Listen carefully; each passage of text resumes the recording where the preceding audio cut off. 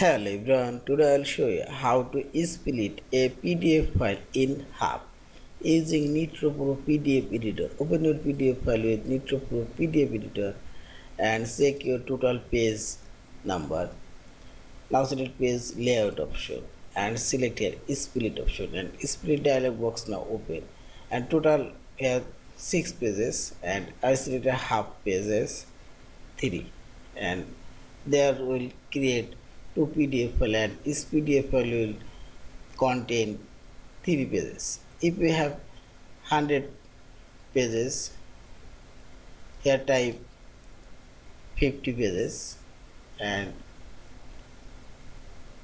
select your folder. Here you can select same folder and now select split.